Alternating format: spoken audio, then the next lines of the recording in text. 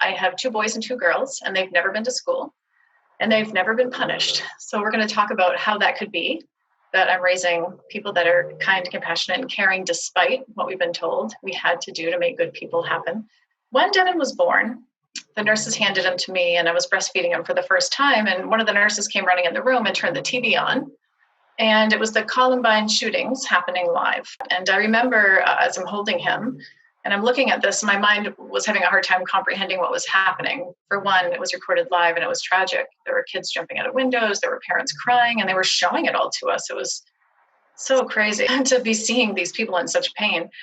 But I thought to myself, how many of these parents and children would have preferred to be together that day? And they didn't know they had an option. They thought they had to do this. They had to put their children in school. And I just decided that my kids would always have free will as to where they would be and where they would learn. And that's where the whole idea came. I swear it was meant to be, because I had no idea of my purpose until that moment. And so it wasn't that I didn't want to send my kids to school because I was fearful of them getting shot. It was more about children's rights. I started thinking about it for the first time in that moment. And that's where everything began for me. Most parenting advice on the market, given by experts and friends and family even, is based in the authoritarian paradigm of parenting.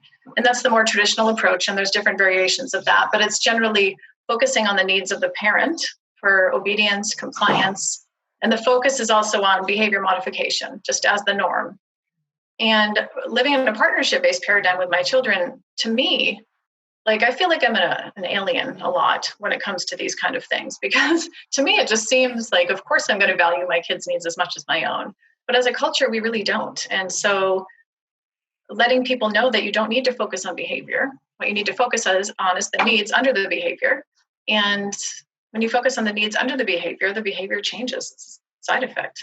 So to me, this is not like some crazy, new weird way of parenting. To me, this is what people did way before they had all this authority coming and trying to control them. And so for me, it all starts at birth, that a natural birth starts this entire process of living in partnership with your kids, that when you turn over your birth for someone else to manage and for someone else to handle, you're giving away so much more than your birth. You're giving away your entire perspective that you're a good mother. Every single thing starts then when it comes to your confidence. And so having a woman have a natural birth is, I know, the best thing that I can do to put her in the direction toward trusting herself.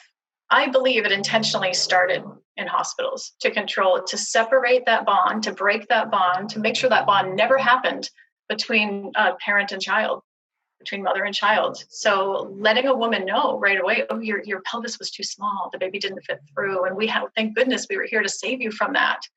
From that moment, that seed of doubt intentionally is put into that woman, saying you don't know what you're doing. You're not, your body couldn't even birth your baby. Never mind knowing how to parent them, and never mind knowing how to educate them.